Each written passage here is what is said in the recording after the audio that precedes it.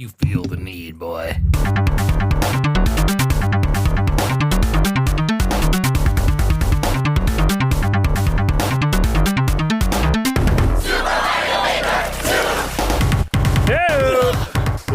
Whoa! The fuck was that? It was just coughing. Just having a cough. Coughing. You know? I'm taking pictures right now. I shouldn't be taking pictures. I should be running the goddamn podcast. Are you ready to party? I'm ready to party. Yeah. As ready as I'll ever be. I need some energy, Nick! We haven't even started. Energy. We haven't even started. I need it from you. Okay. Console, Crusade podcast.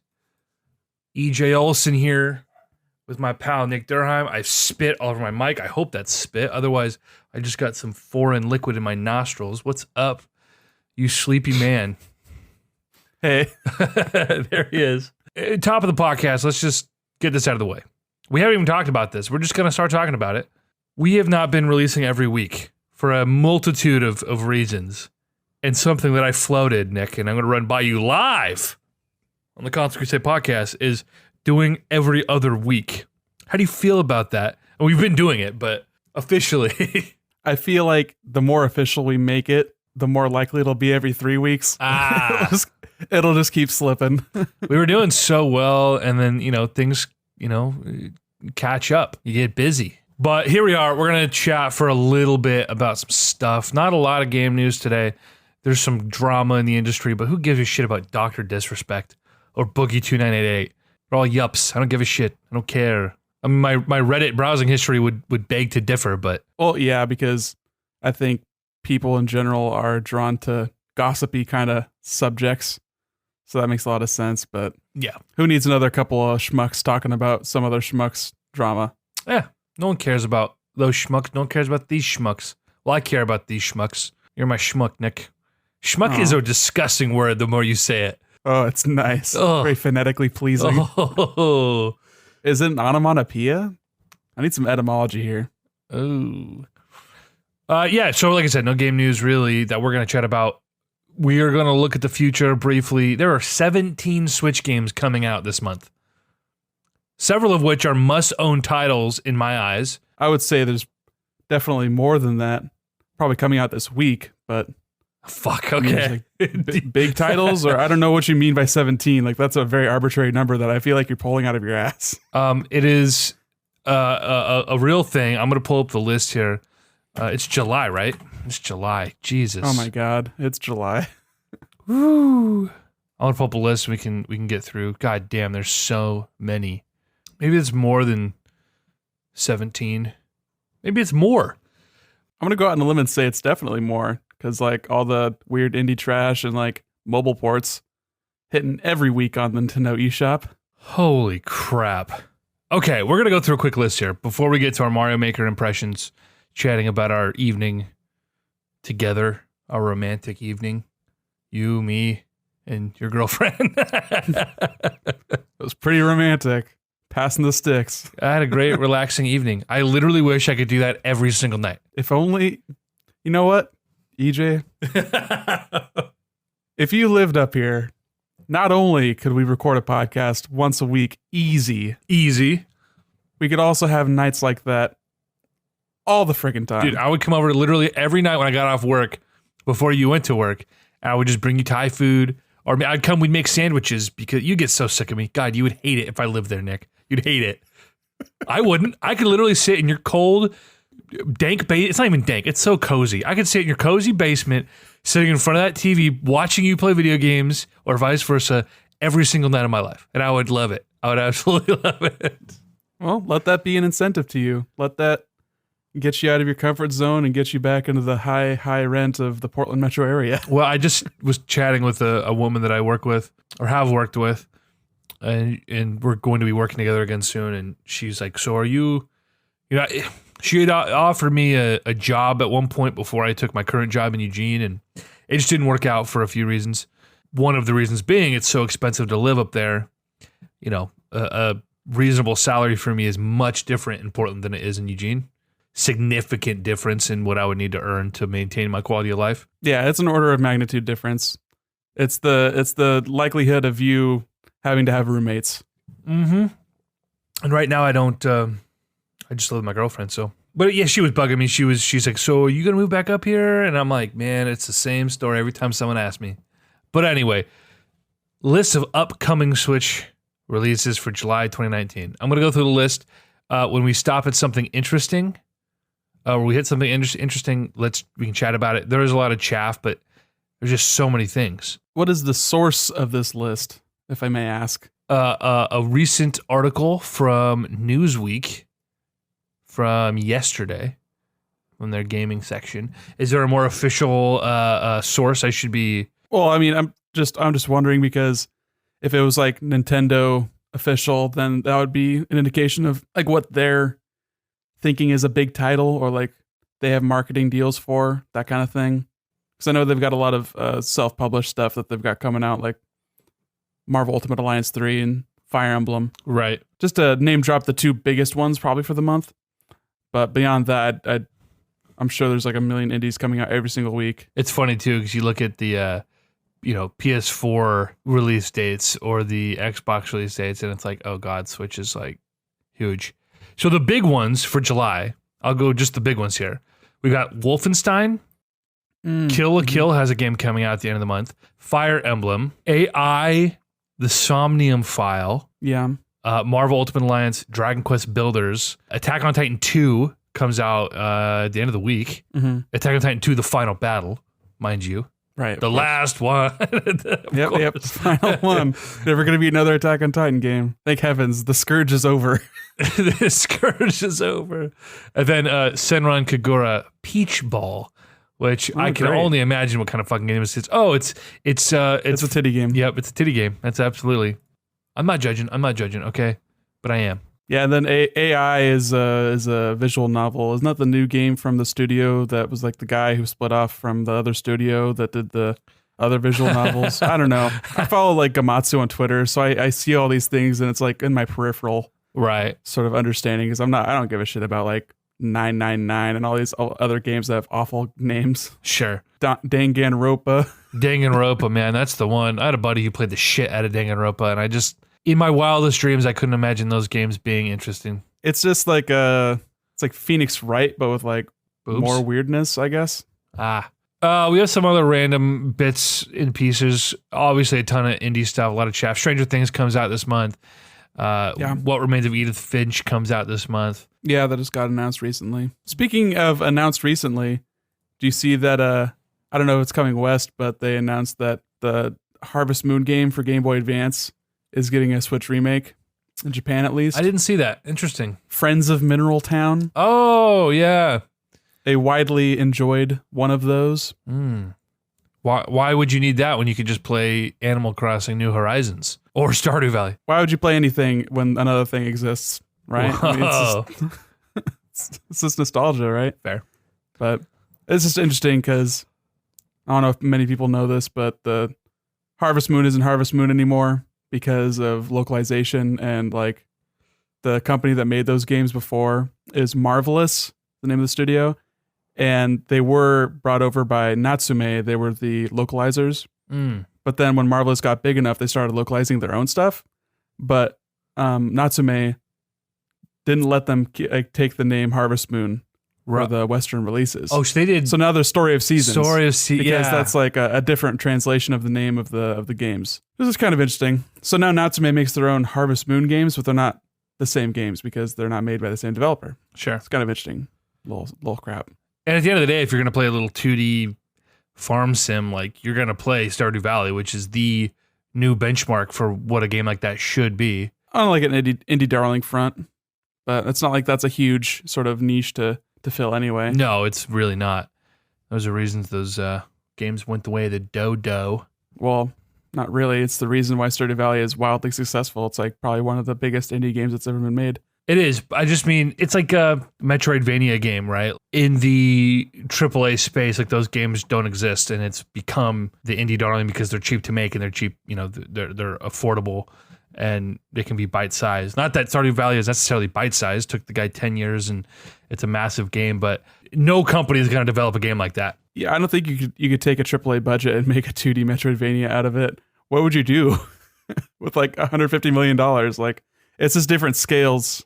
Sure, that's more where like the AA games were once upon a time, which we don't have anymore. We have indies and AAA games. Like, there are not many, legit companies making those mid-range titles. I'm sure they exist, but that's when you get shit like the new fucking Contra game that we saw at E3. That's what a AA game is. Yeah, it's like weird throwbacks like that, or remasters of last generation's AA bleeding into AAA games. Right. Trying to recoup those profits still. So, of these titles, I'm curious to know, for you, which one's the must-buy. I'm assuming it's just Fire Emblem. Fire Emblem is high on the list. I think Dragon Quest Builders is going to be pretty interesting. I don't know if I'm going to get it yet. I liked the demo from what I played, though. So you played it. Tell me about it. Because I downloaded it, didn't get to it because I had Mario Maker. It's Minecraft but with a Dragon Quest skin, And I have enough nostalgia for that series just from playing Monsters on Game Boy that the sound effects are like really satisfying and just like nice to hear. And the monster designs are awesome, and Toriyama art is awesome. Oh, yeah. And it's just like JRPG nonsense and like the cute little noises and the satisfaction of punching a tree until you get wood out of it. I mean, if you've played Minecraft, you understand what the loop is, but it's that, but with Dragon Quest stuff. Which I would argue is like, infinitely better than Minecraft. Minecraft, I understand on some level, I guess, the appeal. It's Legos, right? With a lot more work involved. But it's just such an ugly game. And, if Dragon Quest Builders really is just like, quote unquote, Minecraft, but with Dragon Quest, like visually alone, it is so much prettier. It's nice to look at. It's got a great aesthetic, Toriyama art, but it's not just gigantic, ugly blocks. Yeah. And I think the main appeal of Minecraft isn't the visuals. It's more just that you have so much creativity that you can sort of show off with the crafting system. Sure. And the depth that you can go to with like the red blocks or the redstone blocks, where you can people have like made computers inside of Minecraft because of how versatile it is. Like, it's just weird shit like that, Sure, but imagine doing that, but with pretty visuals. Yeah, but you're not, because Dragon Quest does not have that kind of depth. Sure. Your crafting system is your little guy is like, oh, I got an idea, and he pulls out his little notebook and makes a little yahaha sound, pretty much. And then you can craft a new club so your NPC CPU, whatever, like homie, can have a better weapon to attack stuff with. It's very limiting in that aspect. Sure. I mean, it's not as in depth, but for all intents and purposes, the majority of Minecraft, for all intensive purposes, LOL. For most people, they're not building computers inside of Minecraft. They're not recreating North America. They're fucking idiot kids hacking away at blocks. No, it's multiplayer 3D MS Paint. When we were kids, how much time did you spend dicking around in MS Paint or the similar? Now imagine if we were both on our computers talking to each other while dicking around in the same MS Paint drawing, but it was 3-dimensional and you're making it out of like stone and wood. I get what you're saying, and again, I get the appeal. I also don't think that's necessarily one for one. It's not. I'm just making a comparison to try and, I don't know, appeal to your old man boomer senses. I just think it's like it's possible to have something that's nicer to look at. Like, visuals are a large portion of what make video games. Yeah, you have all this freedom to build these things and do it, but it's like it's if it's not nice to look at, what's the point? Unless you are making these grand things where you're literally treating these as individual pixels and zooming way out and but like my little brother plays it. He fucking fights the little zombies that pop up and he builds places to hide. It's like, dude, 10-year-olds are fucking stupid. And that's the most of the people who are playing these games. If I gave him Dragon Quest Builders, I promise he would love that game so much more than Minecraft. Because it's Minecraft, but with like cool graphics and actual RPG elements that he can dive into. Well, we'll see when Dragon Quest Builders sells over 150 million copies. How many copies has fucking Angry Birds sold? Has it sold any? I thought it was free. Fuck off. Besides, you're talking about a mobile game. I'm talking about video games. Oh, wait a minute. Which came first, chicken or the egg here? It's all... Angry Bird or the egg. It's all the same dumb bullshit. Dragon Quest Builders. I haven't played the demo. I downloaded it at your behest. But then, like I said, Mario Maker the same night. That's the most I could get from you. Hey, is a download. Well, I was laying in bed, and with my Switch in my hand when you texted me, I said, let's go. But I think for me, Fire Emblem's a must buy, but I probably won't play it. If I'm being honest, I'll buy it. I want to play it. Maybe I'll put it on, but inevitably it will not grip me. I will not have the time to dedicate to that kind of game, and I won't play it. But the second game on this list that I think is a must buy for me, predicating on a few different things, is Marvel Ultimate Alliance. Because I think I can actually convince a play group to jump on board with that. And if I have a play group that forces me to hop on a Tuesday at 7:30 for an hour or two, okay, I can get behind that. Yeah, that's understandable. That turns what would have been a solitary sort of experience with Fire Emblem into a multiplayer experience, a social experience. Yeah, so I think that I'll probably buy, again, provided it reviews well. If it comes out, it's mediocre, it's got these issues, that issues. Dude, that's a 7.5 game if I've ever seen one. All right. What do you expect from Marvel Ultimate Alliance? It's going to have like frame rate problems. People are going to complain about the resolution in handheld. I mean, like, listen, Destiny didn't review particularly well. All the characters are the same. They all have a projectile. They all have an ultimate, whatever. It's the same thing for 30 hours.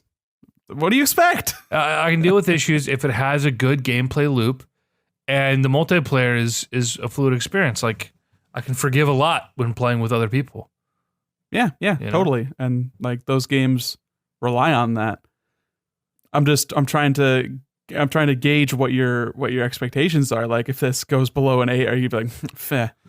What does 8 mean? I don't know what 8 means. I don't know. What are you going to be looking for as far as reviewing well? You said review well. What does that mean? It means that the things I mentioned are spoken about positively. I don't know how to. There's not a number I can necessarily put on say, hey, this is good or bad, but it can be, the individual components of a game can be evaluated as either being good or bad, and here's why. And if they are evaluated and they say this game is not fun and these are the things wrong with it, technically, okay, I'm going to listen to that probably. But vice versa, I'm in on it. I guess what I'm kind of trying to figure out in my mind is if you are already sold on this game and you're looking for someone to convince you not to get it, or if you're like, you kind of don't want to get this game, but if someone talks it highly, then you'd be like, yeah, I'll get it.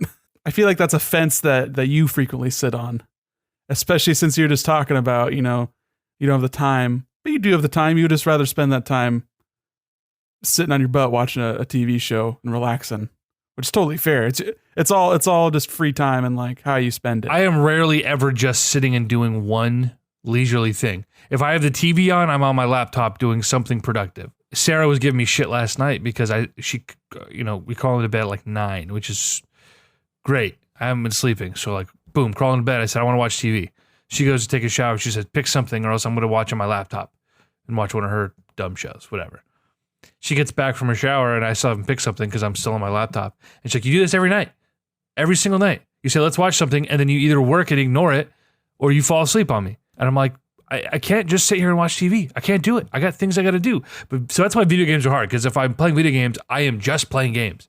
I can't do it all. But TV is a whole other, value proposition, Nick. So that's where I'm at. I'm looking for, like, I'm sold on the concept. Okay, it's like Diablo kind of with, Marvel characters. Cool. I'm going to play with my friends. Cool. I'm sold. And if it's a bogged down, slow, boring experience, then I don't want to play it. Did you ever play the old Ultimate Alliance games? I never did. I wonder how many of the reviews are going to be coming at it from that context and how well that will translate to you, who's someone who doesn't have that experience, but you have played Diablo. So you have that experience. So you sort of understand like the perspective and like some of the loop.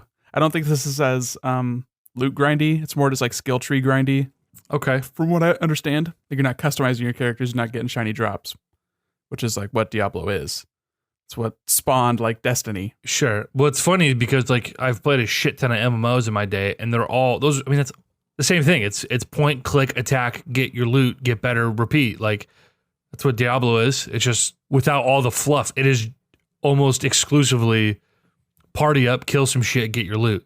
Without all the wannabe froofy bullshit that something like WoW gives you. But it's essentially the same thing. So that's what this is. This is a fucking MMO with Marvel characters. So yeah, less like NPCs and kill 10 chickens and come back to me. Sure. It's like the good parts about MMOs, just raiding, doing dungeons with friends. Just that's the whole loop. All the time. Personally, the gameplay of MMOs, like of that ilk, like the Warcraft likes, the gameplay was the worst part of it. It's the least fun game to play I've ever played. But because I was playing it with like 3 other people and we're just hanging out, then it made it above tolerable. Sure. Well, I agree. The minutia of it in a vacuum, the things you're doing at any given second is not particularly interesting or fun. But the idea that you're doing that to get stronger so that you can all go tackle something really strong is fun. Yeah, you got to make your numbers go up so that they can kill the enemy in the same amount of time. Interesting from that perspective. And a whole game is like that. I'm good with it if I got a play group. But again, that it predicates on having a play group. Those games are not fun on your own. Some people may beg to differ, but fuck those people. Yeah, very few of this game is going to be sold as like a one of, you know. It's going to be sold in like 2s to 4s of like groups of friends. Outside of that, Fire Emblem, which again, I want to fall in love with a Fire Emblem game the way I did with Awakening, man. Have more free time. Work at a paper place. Work at a paper place where I can sit and play video games for 6 hours a night. Time and place, dude. You don't have time to play a video game for 6 hours. Unless it's Spider-Man. It's like a once a year scenario. I know, isn't that crazy? Well, again, it's like finding that third person action adventure with RPG elements. Like the last 2 games that you like really played were Spider-Man and Horizon. Yeah. Yeah, man. Those are my fucking jams. And we haven't had a lot of great games like that. Before that, it was The Witcher. I mean, I guess you kind of, I don't know how much you played. You beat Mario. I don't know if you like put too much time into it after that. Nothing. No time at all. You accidentally beat Zelda. Yeah. I guess I'm discounting those 2 things. I was just thinking like, you know, sitting on the couch, looking at your TV, just really talking up the experience. You like to talk shit about Zelda as much as you like to praise it. Whereas Horizon, it's like nothing but praise because you're trying to convince me. Same with Spider-Man. I know I enjoyed both of those experiences more than I enjoyed Zelda. Zelda was, it was part of the zeitgeist. Everyone was playing it. So you and I were playing it together on the same fucking couch, talking about it.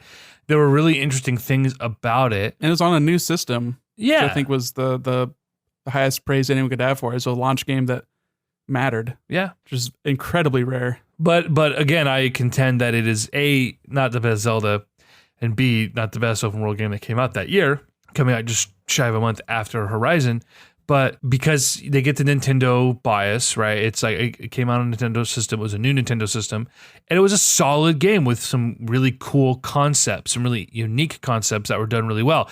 Had a lot of bad things about it that prevent me from even wanting to play the game again.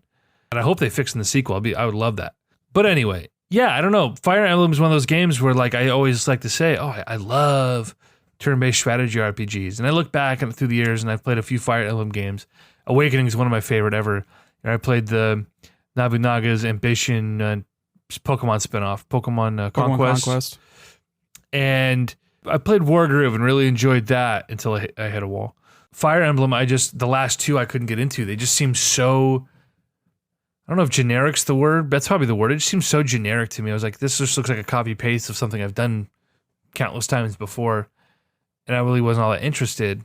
That's what I think is the most exciting about this new Fire Emblem, is that the gameplay loop seems varied and interesting for the first time in like, well, I guess since Awakening, but Awakening didn't hook me either. I liked the first 2 that were on Game Boy Advance, but that's pretty much it for me. Yeah.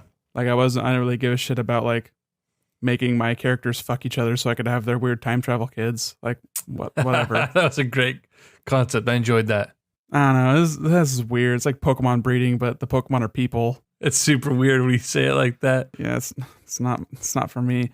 But Awakening seems, or not Awakening, but Three Houses seems cool because you have a little bit more of like a granular sort of ability to change what your characters are focusing on in their studies because you're like a weird school teacher.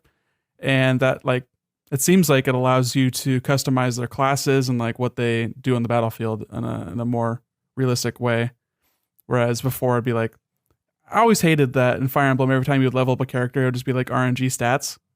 Like no matter what. Yeah. You couldn't really affect that. But it seems like with the school mode and like how you're training your characters, that you're actually affecting what stats they're going to be building up towards. And like, I think there might be like a skill tree kind of thing, but it's having more control is better in those kinds of games. I don't like the RNG. For me, I imagine the gameplay will be there. You know, hopefully there are a few things they can do to kind of speed it up from prior games, but it's going to be a character and aesthetic thing that's really going to hook me. If I can get invested in the characters, which might sound silly, that's an incentive to get me there and stay put, and then the gameplay loop keeps me engaged. I'm surprised you're even interested in Awakening because you don't really like anime at all. You like cartoons. So it's weird that you would be like really drawn to those characters and that like aesthetic and style. Like it's just this weird fantasy setting. Like that's not something that I'm like, dude, yeah, EJ, he just loves like weird medieval fantasy, especially when it's like anime as hell, you know? I fight for my friends. Like that's not an EJ phrase. I've never seen you fight for your friends. Hey, fuck off. I fight with my friends all the time. Oh, wait, yeah. Fight with your friends. When I look back on when that game came out and what I was doing at that time, you know, working at the paper, working graveyards, it's funny. I now it's hard for me to enjoy any cartoon, anything, movies, you know, anime, Saturday morning cartoons I watch as a kid. I just can't. I just literally like I don't like them. They don't move me. They don't tickle me. They don't. But back then, I still hadn't quite lost that childhood wonder. Like I remember watching and loving the Ultimate Spider-Man, I think, where Drake Bell was the fucking voice actor. That was the same few month stretch. I was watching that show every night when I got off work and playing Fire Emblem Awakening. So it was before I guess I lost that luster. I just, you know, that was probably, I was 20, 21 years old. So before you're an old jilted man whose dick had been kicked into the dirt too many times. You know, I think all things considered, I'm a relatively I'm a content, maladjusted. No, I'm a relatively content person. Contemptible, yeah. A relatively content person who skews negative in his outlook, but all things considered, relatively content. I just don't enjoy a lot of things. It's probably the depression, but I'm fine. I'm good. I just don't enjoy things. Maybe it was the hit to the head. I don't know. But you know what I did enjoy to a degree was Mario Maker. Yeah, man. We didn't end up making anything, but no. I still want to try. I still want to put in the old college effort, you know, to actually make something and feel that satisfaction, because I've attempted 2 stages and I like run out of ideas before I finish a single screen. Really? And it's like, I don't know what to do. I don't know how to summon forth a level from my mind. I'm like playing levels and I'm like, man, that's really cool. I wish I could have thought of something like that, but I can't just steal that because that's boring. I can't iterate on that either because I'm dumb. So I'm at a loss. I remember when Mario Maker first came out several years ago. I think it was the summer that Daniel first went to live with my family, and I was home for the summer, and I went and picked it up. Yeah, I remember that day really well. And building my first level was a water level. My second level, I tried to build just the hardest possible level I could. And because in my eyes, that was like, oh, I want to build something that's really hard for people to beat and get like my brother to beat it or whatever. And that's the extent of my enjoyment when it comes to creating. And I remember you just were like, this isn't good. This is hard. Hard isn't good. And I'm like, that's true. And then my joy for creating levels dissipated right there. I don't say that to blame you. Welcome to my internal monologue. It's tough. It's just, you know, you just gotta have fun with it. And because the experience is really cool of sitting there building a level and playing with the tools that you're like, I wish I had this as a child, right? Every tool possible, imaginable from your childhood, from all your favorite Mario games is like right here. So it's like, don't overthink it. Like it's not going to probably be the top 1% of levels created, but like have fun with it. And I want to have a community just amongst our friends. All of our friends have Switches.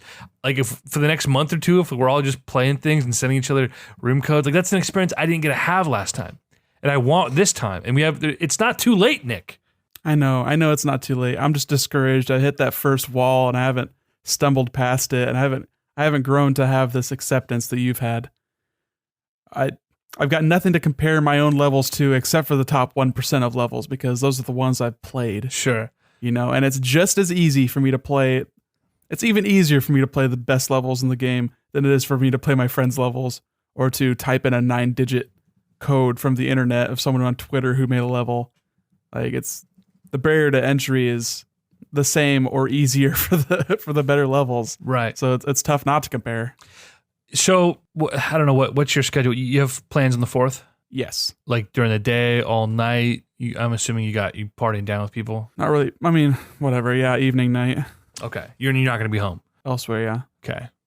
Let's say we get together. Maybe we get together Friday night. Get together Friday afternoon, evening. Get Thai food. Play Mario Maker. You just live on the pod. I'm putting you on the spot. I've got a 4-day weekend. I mean, I don't work Thursday or Friday. So I got family plans Thursday, but Friday is my free day. And if I can get you, I'm getting you. We're going to play some Mario Maker. We're going to build some levels. We're going to do some swap-a-roo. Okay. Swap-a-roo. The Nintendo Switch is the name. We're going to Nintendo Kart Swap-a-roo. Oh my God. I got to say, I have enjoyed how they've done the story mode and all the Nintendo created levels on this one. They did it a little bit differently this time than they did in the original one. Well, there weren't any original levels in the first one. Were those user-generated ones that you would go into the... Yeah. Okay. Cool. So this is great then. But the way they do it, I got to say, what's cool about Mario Maker is it gives even Nintendo the freedom to do things that they never could do in a Mario game. So in the first couple levels, it's interesting how they're starting sort of easing you into the mechanics of Mario, but also the sort of rejiggered mechanics that they're introducing with different elements, like the way they use like the switches in like the second level in the story mode, where you're turning, you're quickly running through and turning switches on and off in order to navigate the level, and like you're trying to trap enemies in the boxes. Have you played the story mode yet? Yeah, I've played like between 5 and 10 levels. Okay. Yeah, I know the level you're talking about. Yeah, it's really smart design because it's smart because they have multiple like goals with each of these levels. They are trying to teach you what these new items that they're adding to the game are capable of. Right. They're trying to not only show you what they can do, but they're trying to inspire you with what you can do. And then they also have to make it fun and like approachable to an extent, but also challenging to an extent. It's a precarious sort of teeter-totter of design ethos. Right. And then I see that shit and it's like, I could never do anything this cool. Yeah. But I'm enjoying playing this, and this is like, it's those like synapses are firing in my mind. But if I made a level, it would just be this level again. Right. At best. So it's tough for me to like be inspired by that. But yeah, it's really cool. The Switch level is awesome. I really liked the I don't know if you've unlocked any of the Undo Dog levels. They're kind of like the harder ones that you get early on. But there's one where you have to avoid being grabbed by claws throughout the entire level. Okay. But all the claws are like right by like coins and stuff. They're like trying to entice you to be like, oh, come on, you can do it. Get past this little claw. Yeah. You have to like jump over them, like they're on tracks. They're moving up and down and stuff. Very interesting. Very cool design level. What I love about Mario now, as opposed to as a kid, it was just strictly the challenge of platforming. That was the draw. That's what kept me there. It was overcoming that challenge, whatever it was. But now you can sort of look at things and digest them in a different way and break them down and pick them apart and say, oh, that was really clever, or I like how they did, this aspect of the design. That's what I was doing for the first 3 or 4 levels I played. I was just like, oh man, it's so different than a typical Mario game. It's so clever how they do some of that, like you said. And so that's like what's tickling me the most, is just stepping back and looking at it from a sort of bird's eye view and saying, oh, that's clever. That's funny how they use that. Or they took something that was supposed to be used in one way, but they're using it in a different way. And it's just like, damn, that tickles me. So yeah, and that's what I think is really unique and awesome about Mario Maker as a creative tool.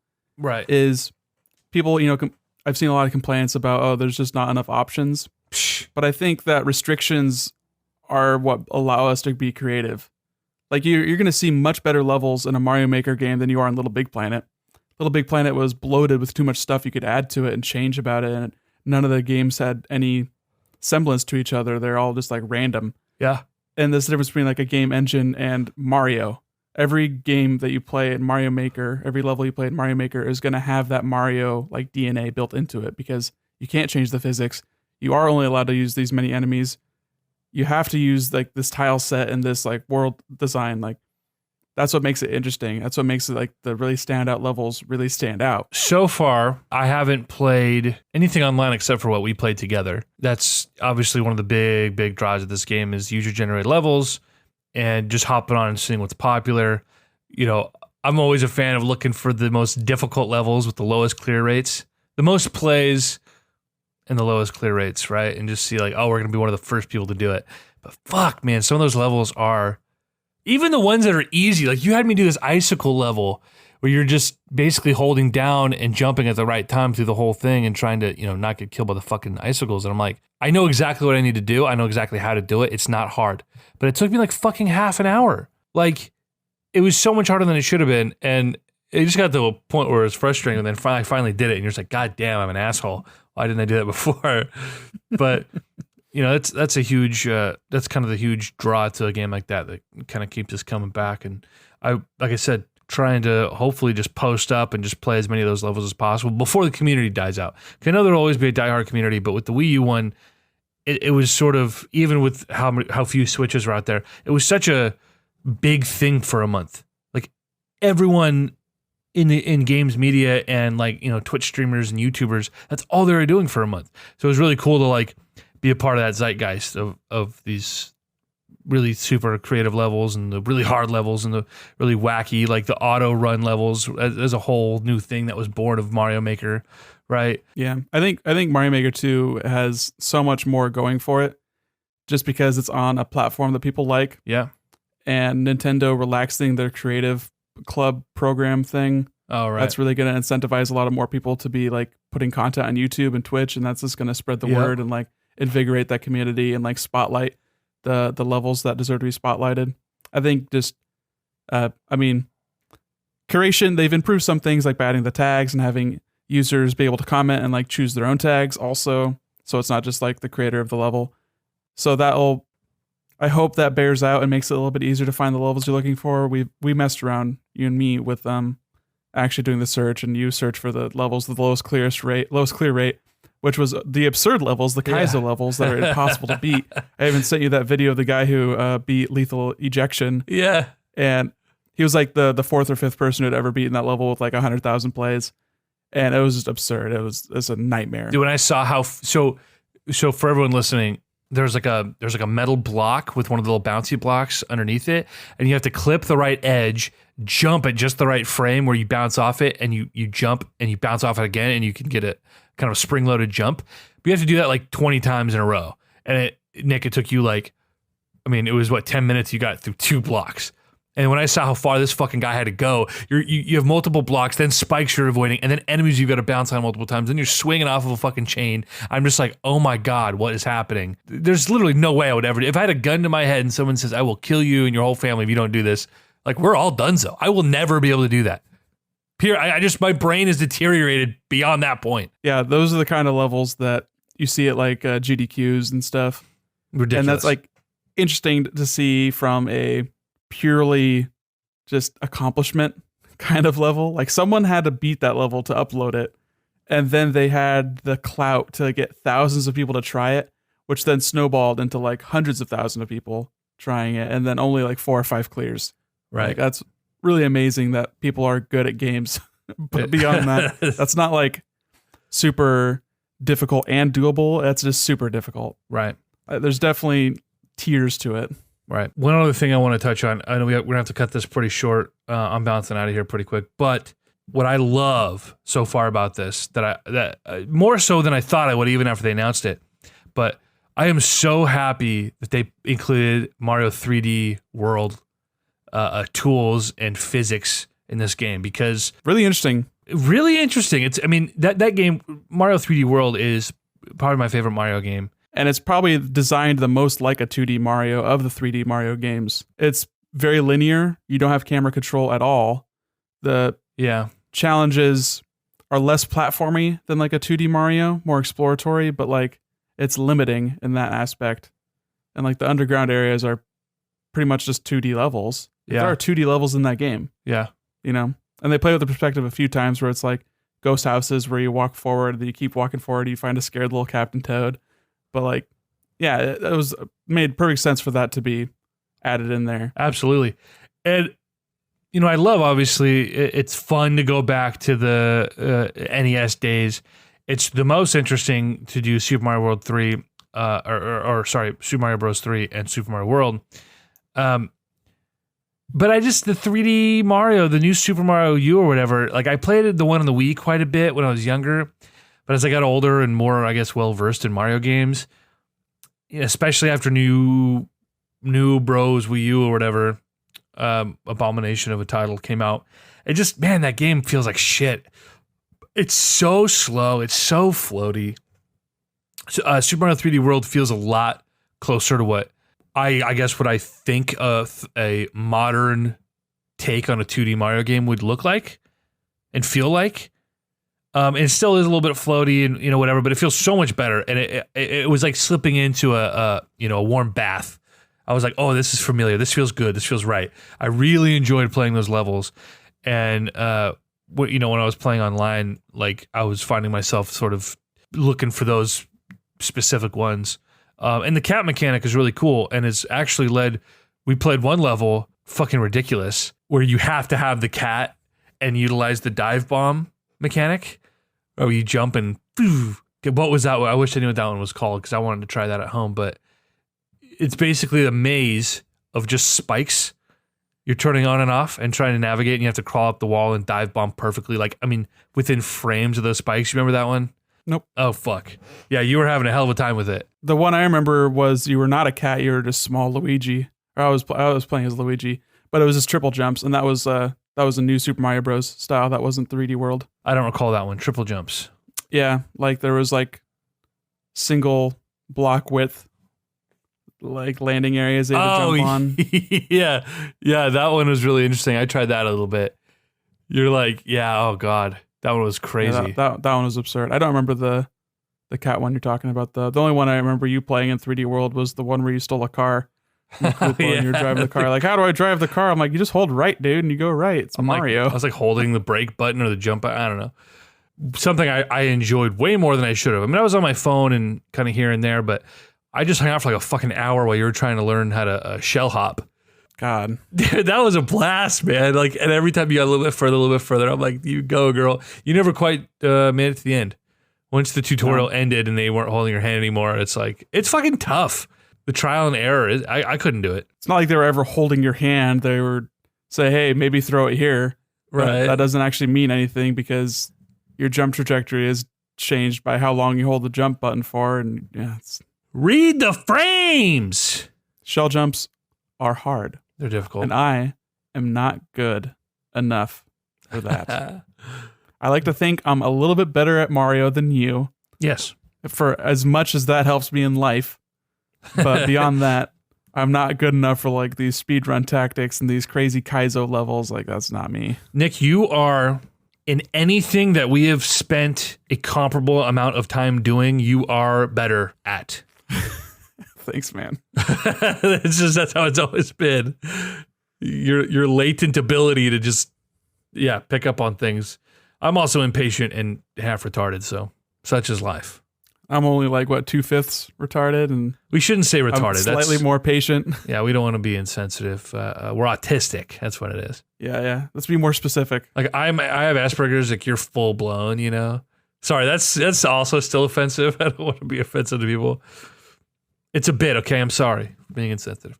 Yeah, anyway, Mario Maker, I'll be back this week, and hopefully we'll play more and can maybe do a little deeper dive next time we talk about once we've sort of played through the story mode and spent more time online. And, I'll have actually built something. I haven't built a Mario Maker level in fucking years, so. Yeah, I need to jot down some ideas, and I need to actually play with the Maker mode in the tablet configuration. I haven't tried that yet. Yeah. I've only used the controller, which is a bit cumbersome, and I just haven't gotten used to it because there's a lot of shortcuts and like getting back into because you have like a little hand cursor that you move around and you have to like go back and forth between like, oh, I want to choose an item. Oh, I have to draw this with like my left thumbstick, or I can zoom around by holding X, or I could hold Y and do the different. There's a lot going on there. You know what I just got in the mail today actually is the Satisfy game grip for the Switch. My brother has had it. Have you put that on there yet? Yeah, well, I haven't put it on mine yet, but my brother had it, and I've messed with it before, and I liked it, but I was home last week, and I just got my hands on it, and I love the case it came with. The case is pretty big, but it has room for a controller and a battery and the Switch with the grip. And I was just like, you know what? This is big, but it fits in my backpack. Fuck it, I'm gonna buy it. I had an Amazon gift card. It was like $40 or something. I said, I'm just gonna do it. But I think that's gonna be a good setup for Mario Maker because of the way the grip works. It's also got little feet on it. So I think it'll be nice when I'm doing that in handheld, and then also playing the levels. It's so much nicer for games where you're using the sticks. It's way nicer. But I don't know why this hasn't been made yet, but all those like rubber grip things that go on the outside of the entire Switch, like I don't like that. I don't like to have this like weird like condom that goes on. I don't like that for my phone. I don't like those kind of cases either. I don't like the grippiness. It's like it's a bad feeling. I don't understand why they don't make something that uses the rails as like an in-between the Joy-Con and the Switch itself, and that has a similar, like if you just take half of one of the Joy-Con grips and just put that in between the Joy-Con and the Switch itself. Like why can't I just have like a little bit of more thing to hold on to with my hands, because inevitably if I'm playing in bed, like the entire way of the Switch and like the way I'm holding it, it's pressing into the middle of my palms on the bottom right corners of the Switch. Not comfortable. And then my hands start getting tingly. Yeah. That's bad times. Then I have to like start like rotating, so it's like more pressure on my left hand, then I get sacrifice my left hand for a little bit and then rotate and go to the right. It's not ideal. And it's just because it's too thin. The 3DS was too thin also. Give me a thick handheld. Yeah. Game Boy Color, perfect. Thick. Game Boy Advance, OG Game Boy Advance, perfect. SP, too thin. Only problem with the SP, too thin and a little bit too narrow. Yeah. Get your fingers interlocking, you get sweaty. It's not good for a long fun. session. Not fun. Also, no headphone jack. This is all beside the point. You get the little SP charge port adapter for headphones, and you get like all the fucking fuzz and shit. Just awful. Awful. What a nightmare. And you can't even charge your console while you're playing it. Right. Ugh. What kind of Who would do that? Product? Who would make something like that? Oh my god. I would love to go into how mad I am at Apple right now, speaking of shitty companies, but my ride's going to be here in 3 minutes, so we're going to have to wrap this the fuck up. Console Crusade, you know what to do. Find us on the internet, consolecrusade.com, console_crusade on Twitter. We don't use Twitter because we don't have followers on Twitter. That's okay. Yeah, we don't have followers on Twitter because we don't use Twitter. It's a very awful Angry Bird and the Egg situation. Oh, nice callback. I remember that. It's a pro podcast maneuver. Join us next week. Or 3 weeks from now. Or 2 weeks. Nice. All right, count me down.